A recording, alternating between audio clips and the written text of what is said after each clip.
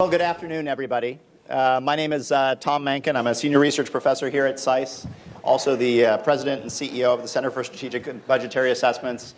And it's my pleasure to welcome you here for a discussion of this book, The Big Stick, The Limits of Soft Power and the Necessity of Military Force. What we're going to do is, because the author always should have the last word, even if he doesn't, we'll give him the last word. So what I'm going to do is first turn to my colleague, Ambassador Eric Edelman, practitioner in residence here at SAIS and counselor to the Center for Strategic and Budgetary Assessments for his comments. And I'll turn to my other friend and colleague, Hal Brands, sounding conspiratorial here. Henry A. Kissinger, Distinguished Professor of Global Affairs here at SAIS, for his comments. And then we'll turn to the author, to Eliot, and then open the floor to you for your questions and go from there. So with no further ado, Eric, if you would. Tom, thank you. It's great to be here. I think it's important at every book event to remember that the important part of a book event is to sell books for the authors. So I think all of you need to, get a copy of The Big Stick, particularly our television audience. You need to get a copy of The Big Stick. It's available on Amazon. And it's a very important book, and particularly important at this point in time. We are meeting today on Groundhog Day, and I think that's very apropos. By the way, those of you who don't know, Punxsutawney Phil saw his shadow, so we're in for another 6 weeks of winter. But the movie Groundhog Day is one of my favorite movies, and those of you who've seen it know that Bill Murray wakes up every day and it's Groundhog Day again. And in some sense, I think that's a metaphor for what Professor Cohen is writing about, because it seems that every so often the United States needs to relearn the lesson that military power is important. We've had to relearn that lesson after World War II, after Korea, after Vietnam, and I think we're now going to have to relearn it again after the exertions of the last 15 years, and that in some sense, that is really the subject of Professor Cohen's book. And as a now lapsed diplomat, having been a practitioner for 30 years, I certainly associate myself with the comments that George Kennan made, although he's not my favorite Foreign Service officer, but he's sort of the archetype of the diplomat. And in 1946, in addressing the National War College, he said, "You have no idea how much it contributes to the general politeness and pleasantness of diplomacy when you have a little quiet armed force in the background." The mere existence of those forces, he said, is probably the most important single instrumentality in the conduct of U.S. foreign policy. And I thoroughly agree with Kennan. That's not to say that one wants to use those forces promiscuously, as sometimes people think the Foreign Service wants to do, but it does mean that the sine qua non of effective diplomacy is the availability of usable military power. And if you need any better example of that, I would argue that the rather feckless and pointless diplomacy that former Secretary Kerry engaged in over Syria over the last year and a half of the Obama administration would be Exhibit A. Professor Cohen begins his book. This book is really, by the way, I want to say, about more than the use of military power and the importance of hard power. It is really a book about the role of the United States in the international system and why hard power and the alliances which it sustains are a crucial part of that role. And I think he makes an excellent case both for the importance of that role in the first instance. He makes an excellent case about why the United States can still afford to play that role, and in fact must play that role, and the challenges that we face, a multiplicity of challenges in the form of a rising China, in the form of a revanchist Russia, the continuing challenge of jihadism, and the danger of fragile and failing states to the international order, and how only U.S. Military power, along with other instruments of national power, can address those challenges.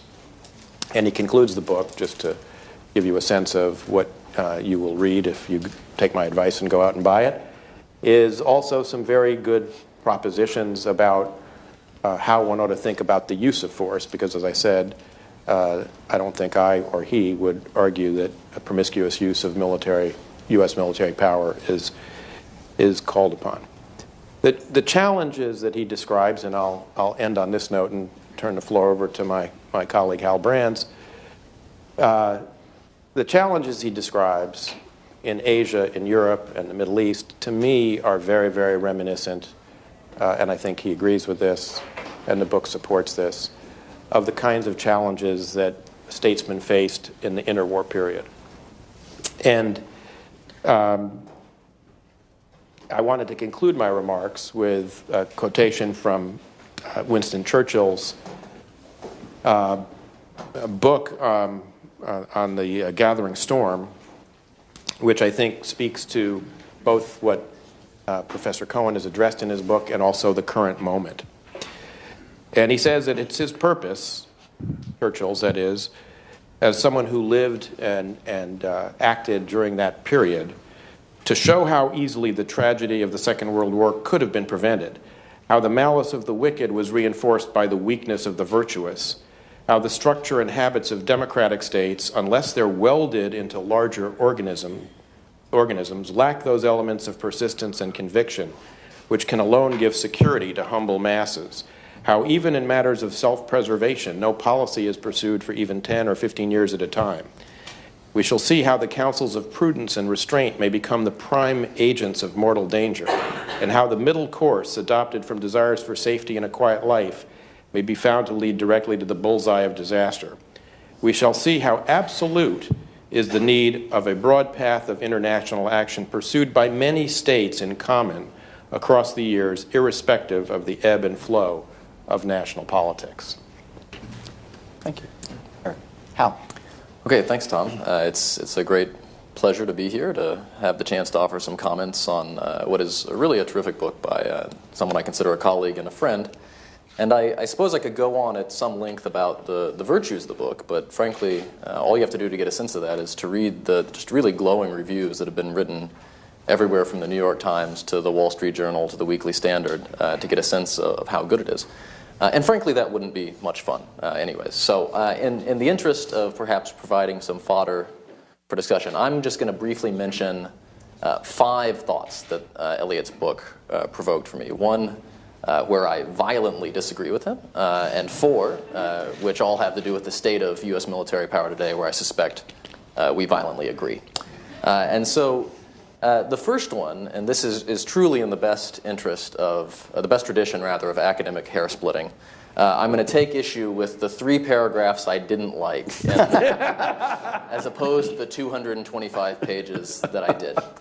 And Eliot knows where I'm going with this. Oh, yes. So Eliot slays the dragon of grand strategy in this book by pointing out that any sort of grand intellectual design or theory or blueprint or plan really isn't going to survive very long in the real world.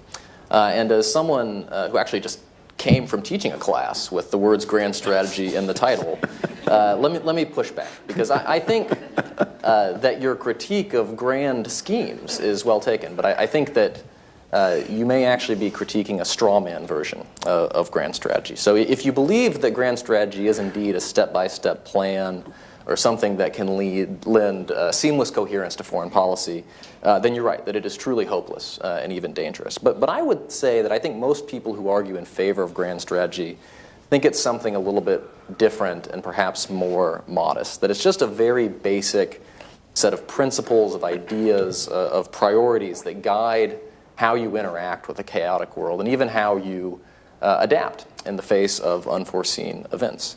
It's a sense of what is most important to me as a country, what are the things that most threaten that, and then in a very general sense, how can I apply what resources I have to get the good stuff. And I think if you take that as the definition, you can actually find a lot of historical examples of grand strategy done fairly well, from FDR to Truman to Reagan and beyond. And then furthermore, I would point out that I think grand strategy, as I conceive of it, is actually essential to good defense strategy and decision making as you call for and you outline it. Because I think you have to have a grand strategy, some conception of how the pieces of your foreign policy fit together to know what interests are worth fighting for and which ones aren't. It's difficult to apportion resources across theaters without some global integrated conception of what you're trying to achieve and how your various objectives relate to one another. And so I would say that grand strategy is not the enemy of good military policy or military strategy. It's actually the ally thereof. Okay, the second point, and this gets to the area where I think we probably agree, has to do with what you described very nicely as the American hand. So I love this chapter of the book because it does just a great job of laying out the numerous strengths that the United States has, how rumors of our demise have been much exaggerated in the past and may very well be so today. But I think the counterpoint to that, and I imagine you would agree here, is that although at a global level the United States has great advantages over any challenger, at a regional level the picture is actually getting quite dreary. And that's important because the key challenges and competitions today are not primarily global in scope, they're regional in scope. China is not challenging us on a global basis yet.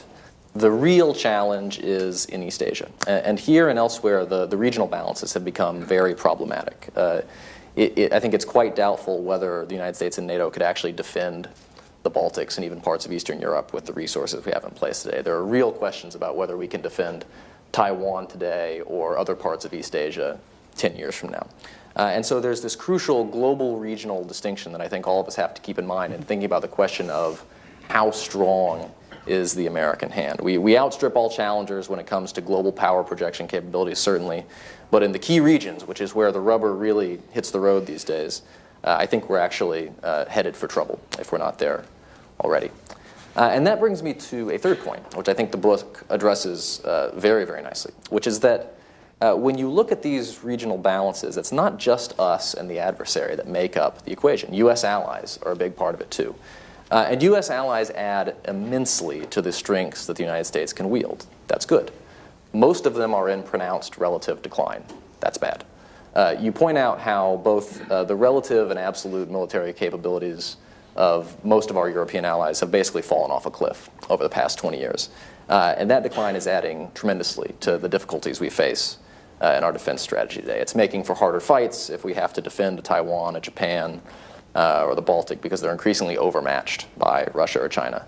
It's undercutting the ability of the allies to contribute meaningfully to expeditionary interventions in places like the Middle East at a time when the instability that has traditionally evoked those interventions is as pronounced as ever. And what we've seen over the past 20 years is that the Allies have bled and sacrificed with us in nearly all of our conflicts, from Bosnia to Kosovo to Afghanistan to Libya to counter ISIL, but they've brought progressively less to the table in each of those interventions. And because our strategy has always been a coalition strategy, that's a significant problem looking ahead.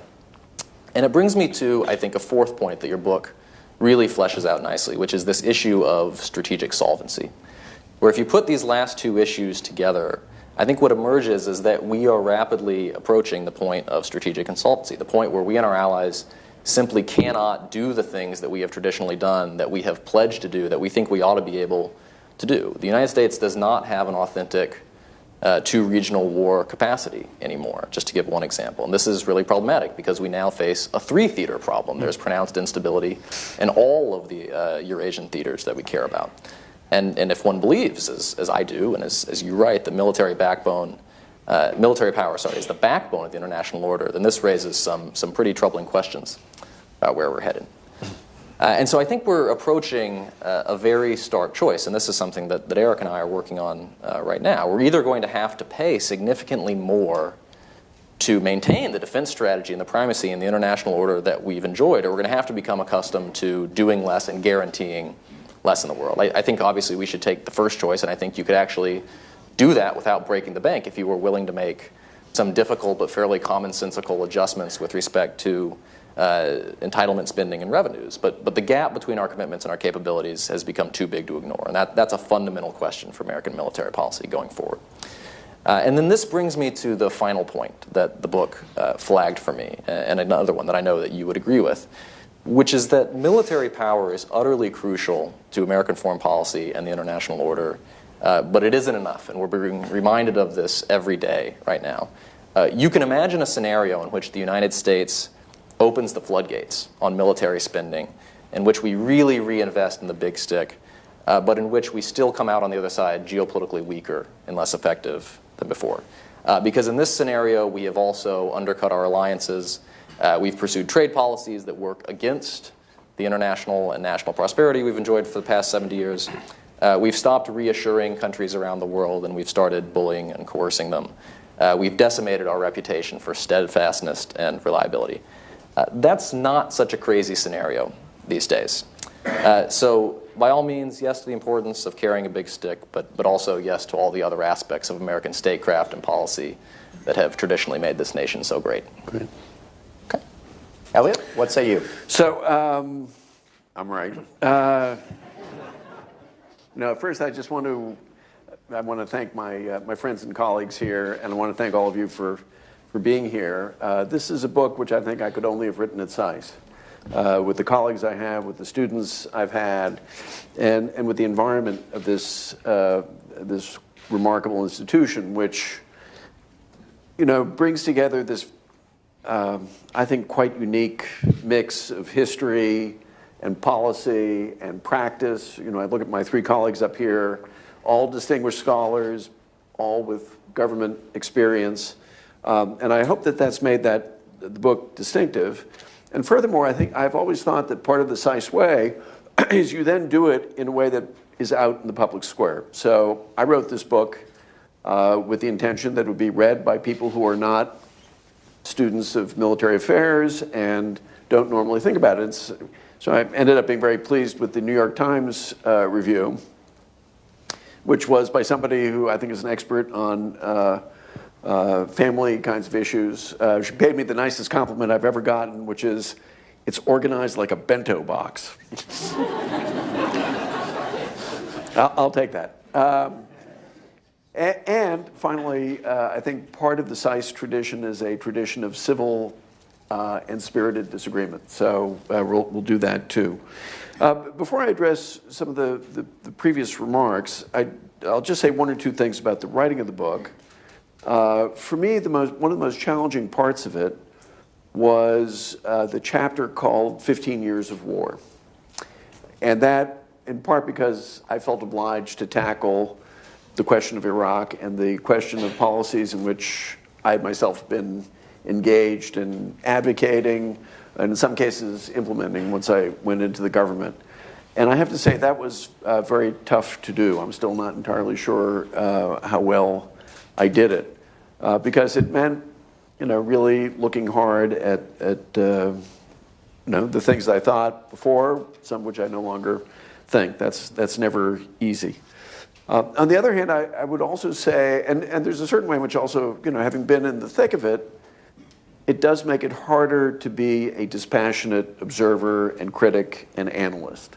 And once again, I think one of the great things about SAIS is that it enables you to do that. President Daniels, we got a seat for you right over here. Sorry. I haven't bought the book yet. Yeah. Let me move from that to talk a bit about what Hal raised, because in a way it does get to the core of the book. I think, to some extent our disagreement may be semantic in that what you call grand strategy, I call policy. And I think the word, my general editorial principle is one word is always better than two, particularly if you're going to use a word like grand. And so I prefer, it's problematic, So I just prefer the word policy. But I think there is something of a disagreement about how effective policymaking gets done And it is partly because I think at any time there's enormous uncertainty and you're reacting to events and it's a particular mixture of people and so forth. But I think that's going to be an even bigger problem now. So that although I quite agree with you, you have to have some general principles, some general ideas. Those will only give you limited guidance, very limited guidance. And the more important thing is how you go about once you're actually in the midst of the fog and the murk and struggling with things. I very much agree with you, and I think the three of us would agree that one of the difficulties that we have is that although the American hand is basically very strong, we can really screw it up. My view is, as some of you probably know, we have already gotten off to a good start in a couple of weeks doing that, particularly in the way, Hal, that you described, and that is blowing up our alliance relationships. Now, I would have been more optimistic about our alliance relationships because, as you say, and as I point out in the book, the Europeans, for example, have fallen off the cliff. But you have India coming up in a different way. You have Japan coming up, smaller kind of partners like Vietnam. But all that takes effort. As Eric Edelman is my master instructor in diplomacy. I learned from him how it's actually done. I'm not joking about that.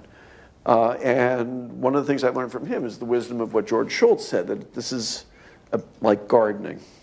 You just constantly have to be tending to your allies. This is not natural. This isn't something that is given in the world. And I agree that each of those regional balances is more difficult. I argue in the book that the big strategic challenges that we face are very disparate. They're very different. They require different kinds of forces, different ways of thinking. So I think it is. I would have thought anyway. This is a much more precarious situation than in the past. If you had asked me a year ago, I would say, well, the reason why I'm writing the book is it's going to be precarious, but I think if we play it the right way, we think about it the right way, with care, we will be able to make it. And then we're in the world we're in. Well, we have been joined by President Ron Daniels, and I'd like to recognize him and give him the opportunity to make any remarks that he'd like, either from the audience or from the podium. Just delighted to be here and have the opportunity to be part of this group to celebrate Eliot's latest contribution. Okay, great. Wonderful to have you. Yeah, well, it's you don't usually get the president of the university at a book launch. That's and right. I will say something, which is, the motto of this university is "The truth will make you free," and I've never thought it's more important than now. Great. Thank you. Well, I will abuse privilege of the chair to make a comment and then ask the first question, and then we'll open it up. We'll open it up to questions. The comment pertains to the first full paragraph on page 121, and the comment is interesting. So, y'all read the book and see if you agree or disagree. We can discuss later. The question, is a very particular question for an author, right? So you have had the last word in print, and courtesy of a commercial publisher, you've been able to put the book to bed fairly close to the time that it actually appeared. I know it went through multiple revisions, and so I think you must be reasonably satisfied with what's here in these pages. But there's got to be something.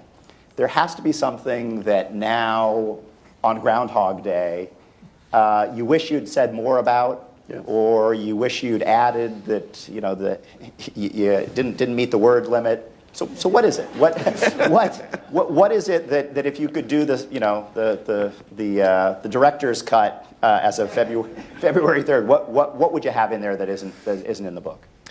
I think what I would have emphasized a lot more, something that increasingly hits me when I talk about the book, that we are now having the great debate about American foreign policy that in some ways was triggered by the end of the Cold War, or should have been triggered by the end of the Cold War.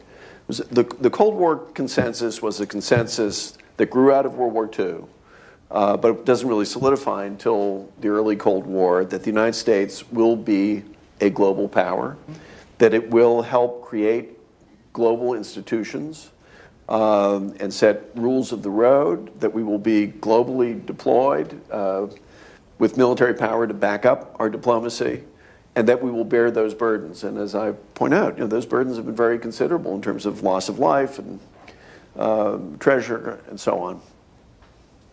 That great, and there was basically a national consensus after Robert Taft is away out of the scene on that, I would say pretty much throughout the Cold War. When the Cold War ends, with it the end of the Soviet Union, but with the end of communism, there should have been some kind of general reassessment. That did not happen. Why didn't it happen?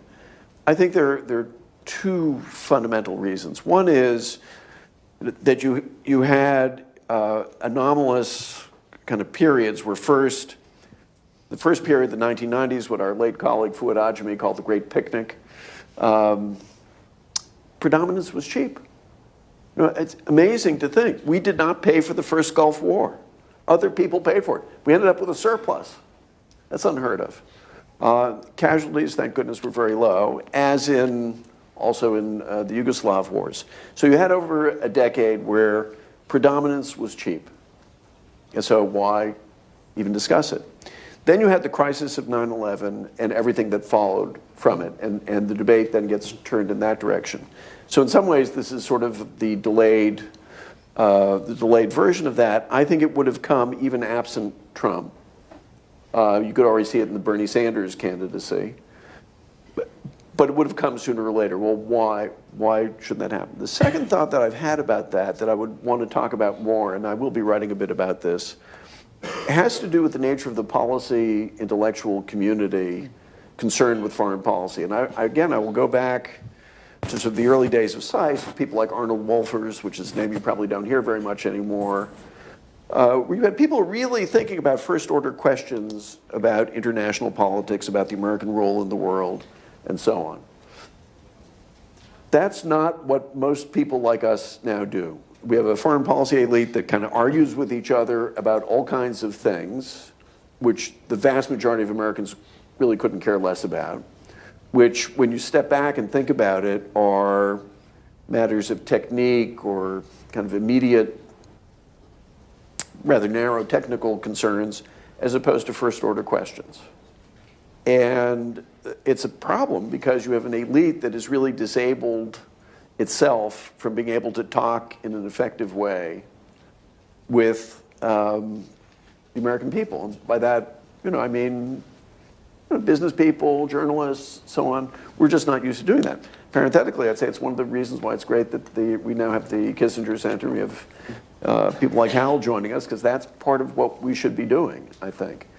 But so that's I think the issue I would have liked to have tackled more of. Excellent. Thanks. I also would have liked to have been clear about my views of Donald Trump, but You have opportunity to clarify. yeah, I do know. So we'll open it up for questions, and I do mean questions. And the more concise, the better.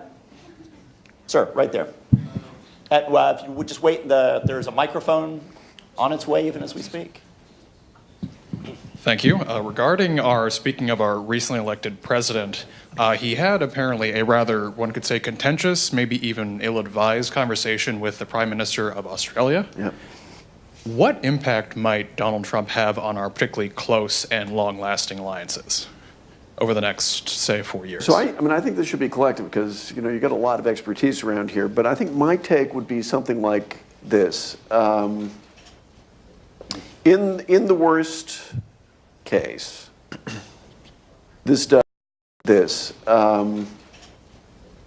In the worst case, this does serious, maybe not irreparable, but really serious damage to alliance relationships that matter greatly to us. I mean, the Australia thing drives you crazy. I mean, all of us, I think, go periodically to Australia. Tom and I go an awful lot. I mean, these are our closest allies. We've actually fought alongside them more than we've fought with the Brits. They are culturally just like us. If you got to go to war, these are the people you want to go to war with. And to kind of gratuitously insult the Prime Minister of Australia in your first conversation with him, it's crazy.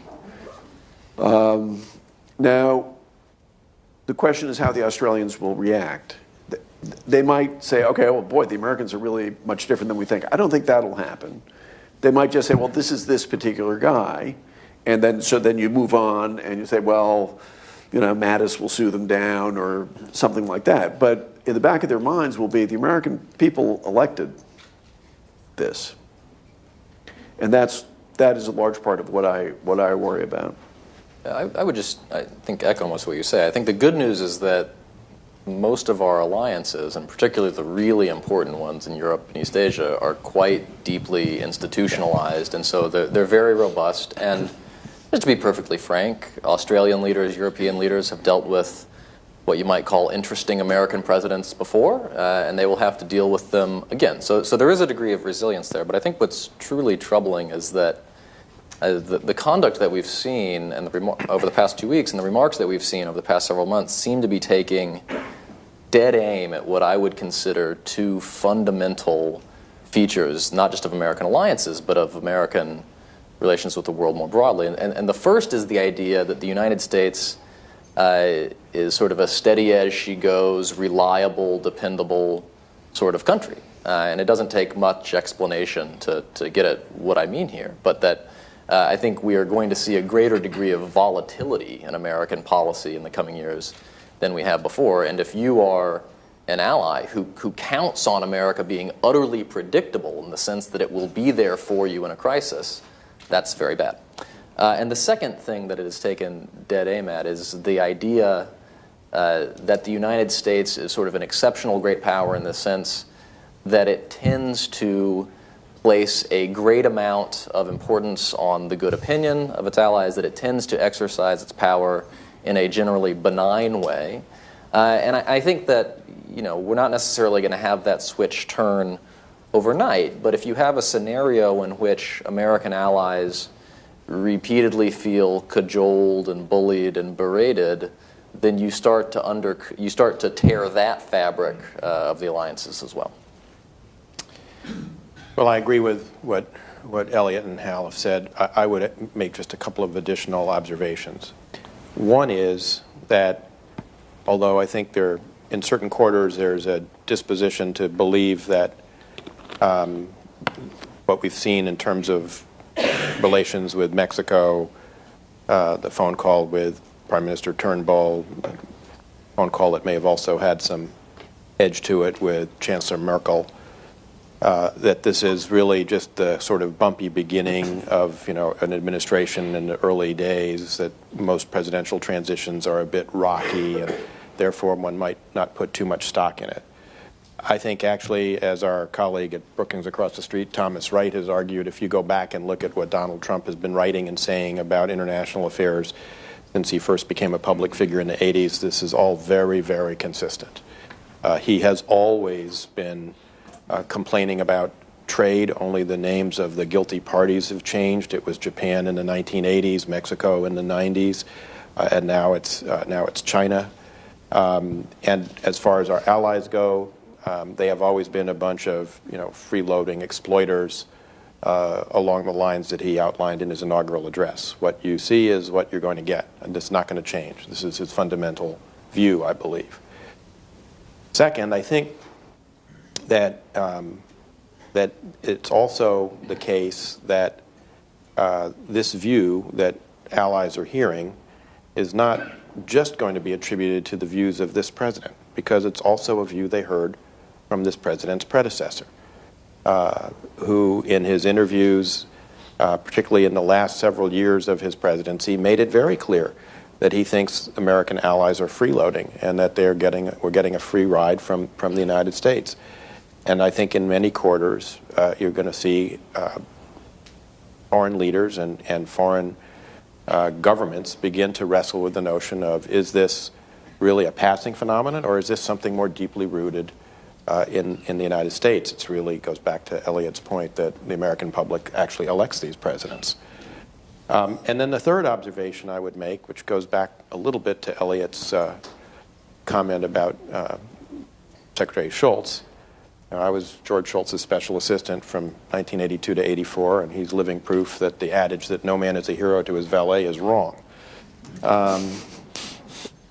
But academic international relations tends to, when it looks at alliances, tends to fall generally to the proposition that there is a natural, certainly realist international relations, that there's a natural propensity in the system for states to balance rather than bandwagon with other states. And in my experience in government, that's not the case. I mean, most practitioners spend a lot of time worrying about alliances precisely because, as George Shultz said, there are tender shoots that need to be, taken care of in the garden, all the time.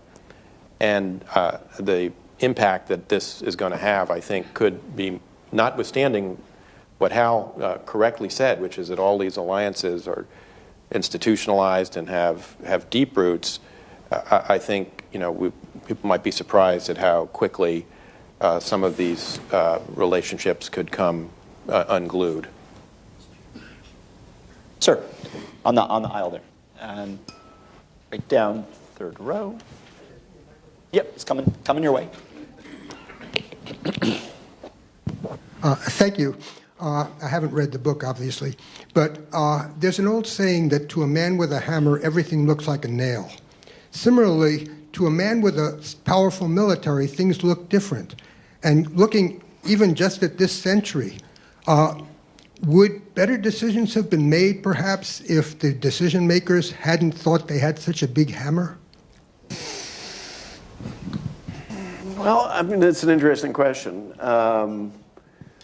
The problem is that you could probably look at some particular decisions, and we might have different views about any given policy. You might say, well, it would be better if they didn't have the option.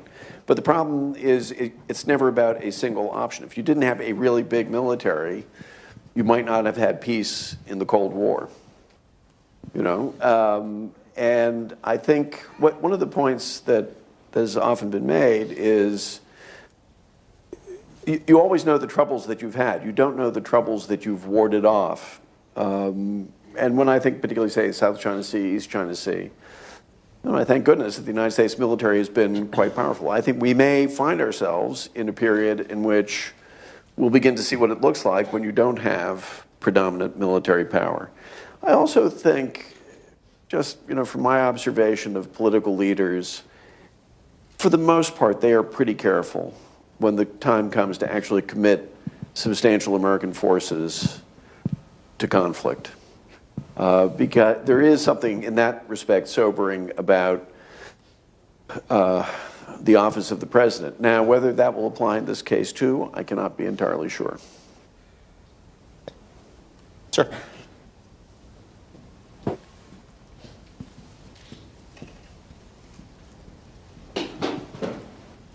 Thanks. What advice would you have as we work to manage what China is doing in the South China Sea, land reclamation, militarization?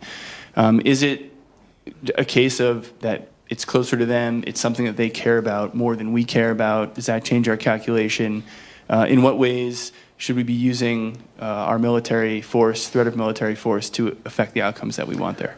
Well, I think we should care about it a lot because we do have large interests. First, in a way, it goes back to what is in some ways the subject of the book, which is the rules-based international order that we helped create in the aftermath of World War II. However imperfect, however occasionally hypocritical we may be about it, it is the order that we created, and it's a good order.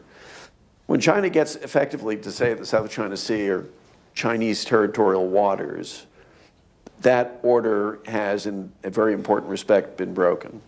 Point A. Point B, if they get away with asserting the kind of power that they would like to, you are endangering American allies, several American allies, because this is a huge piece of territory when you look at where the Chinese draw the so-called 9-dash line. And again, to the extent the American position in the world rests on our alliance system, if we fail to look after their interests, we're not going to have much of an alliance system left. I suppose, let me use that as a segue back to your original question, Tom. I think one of the things I would have put in the book, I would put more of in the book, is a much more explicit argument about just how bad things can get if we don't have that international order, which I believe absolutely requires American military strength. And I think it could get very, very bad. So we may say these are all regional conflicts, which would sort of imply, well, you can pull back from one and it doesn't have a bearing on the other. I really don't think that's the case. We do live in a globalized world. These things are all interconnected. And if we were to kind of pull back from that, I think the consequences would be felt not just in the region, but more globally. I don't know if...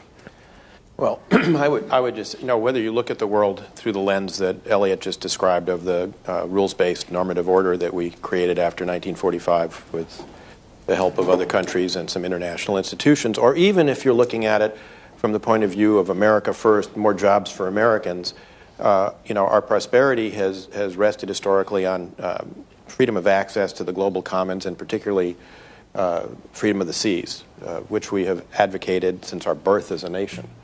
What China is doing is essentially chipping away at that principle. And so, yes, it goes to the strength of our allies, but it goes to something even more fundamental, which is the underpinning of the entire system on which the free flow of global commerce and international trade and the prosperity of much of the world depends.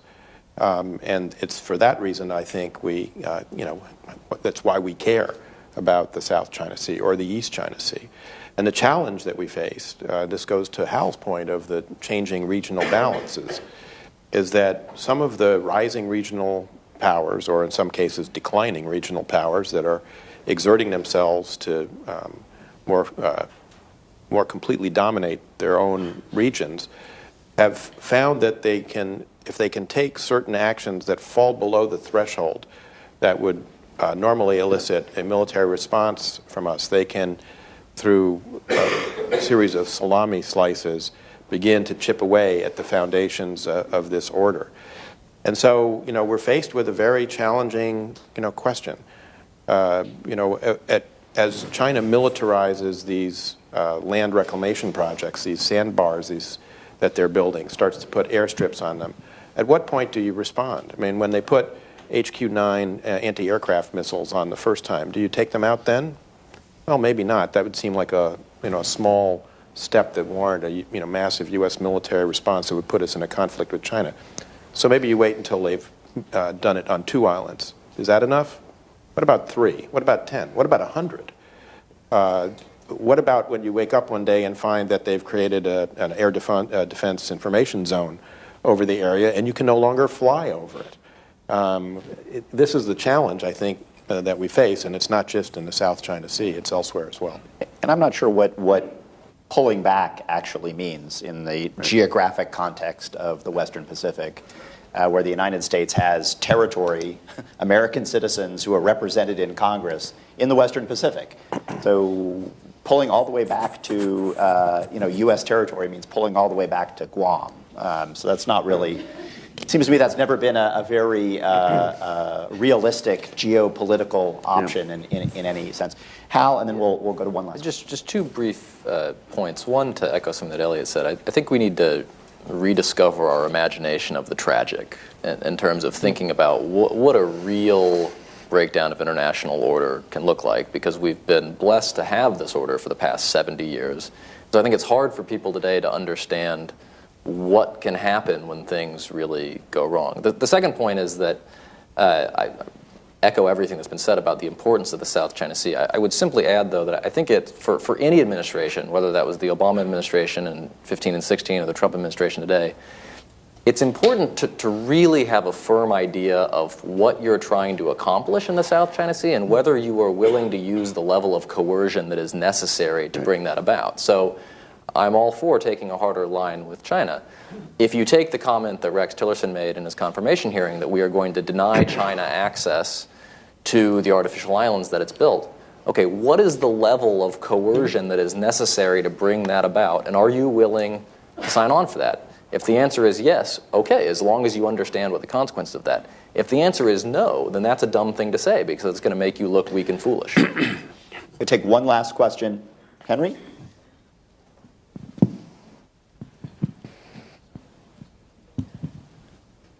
I tend to agree with the panel's consensus about Trump's danger to alliances.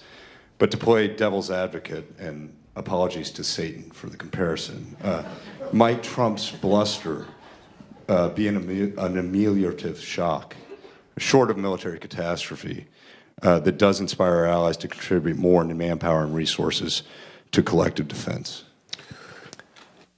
Well, there's an argument that you can make to that effect. And I suppose if I thought that this was part of a shrewd, subtle strategy as opposed to poor impulse control, I could understand it, although I still think it's pretty risky.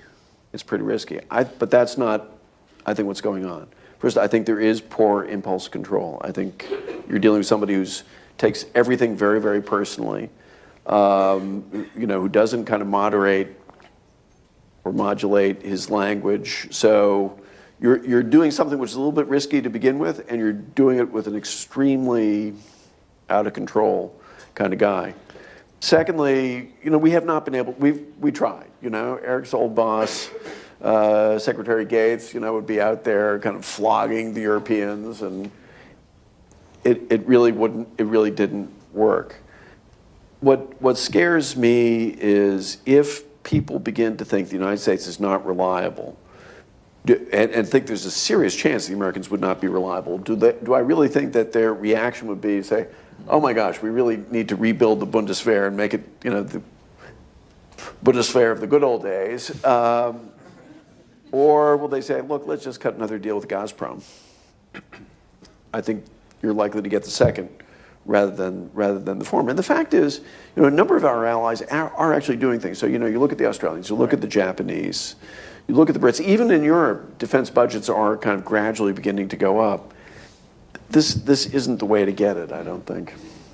I would basically agree with that. I mean, I think that there is an argument to be made that Trump has put his finger on real problems with respect to burden sharing and things like that. But for him to solve them in the way that you've proposed would require Trump not to be Trump.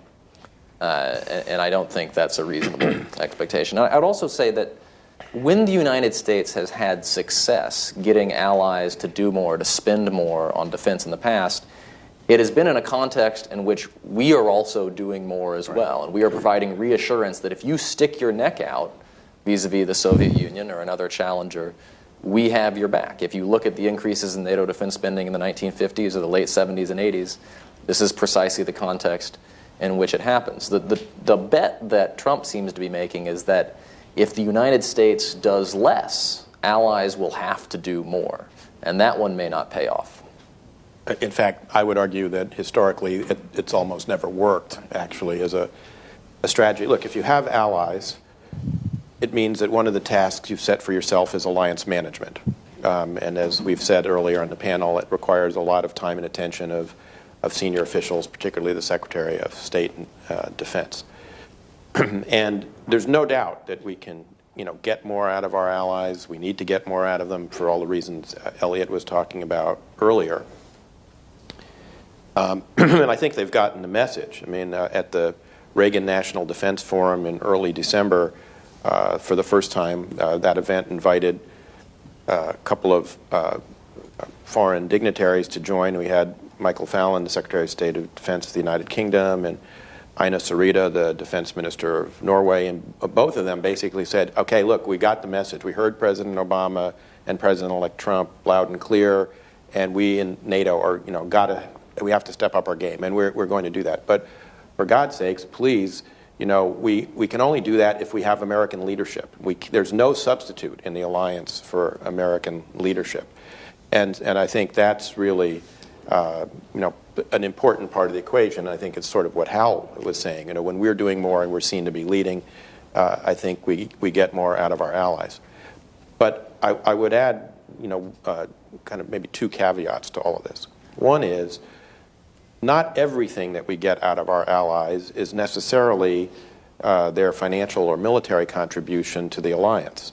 We get a lot of value from our allies, both by giving us access, to territory, their geographic position and positional advantage. I mean, the United States could not operate in Asia without its allies in Japan and the Republic of Korea.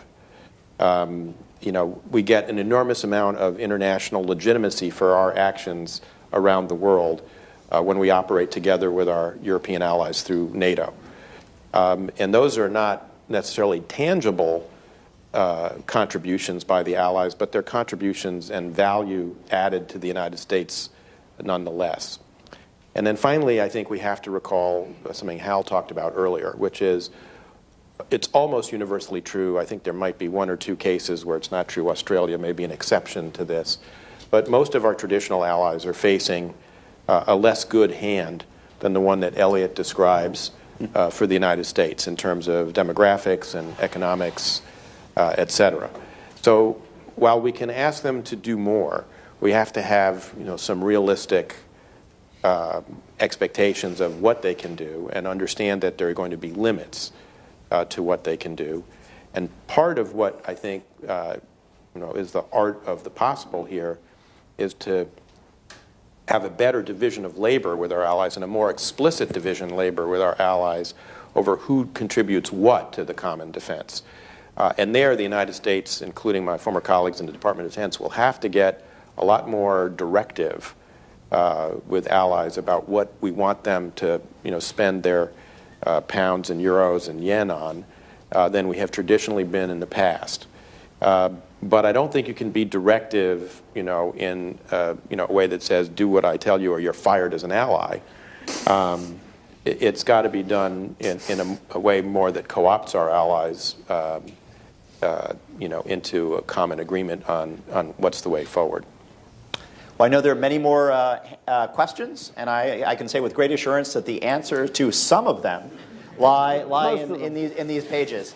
But what we're going to do in just a minute is proceed on to the next part. I know we've got refreshments, we've got books. I know Eliot will be sticking around to sign them. But before we do that, there's the important matter of thanking our panel, Eliot, Hal, and Eric. Thank you.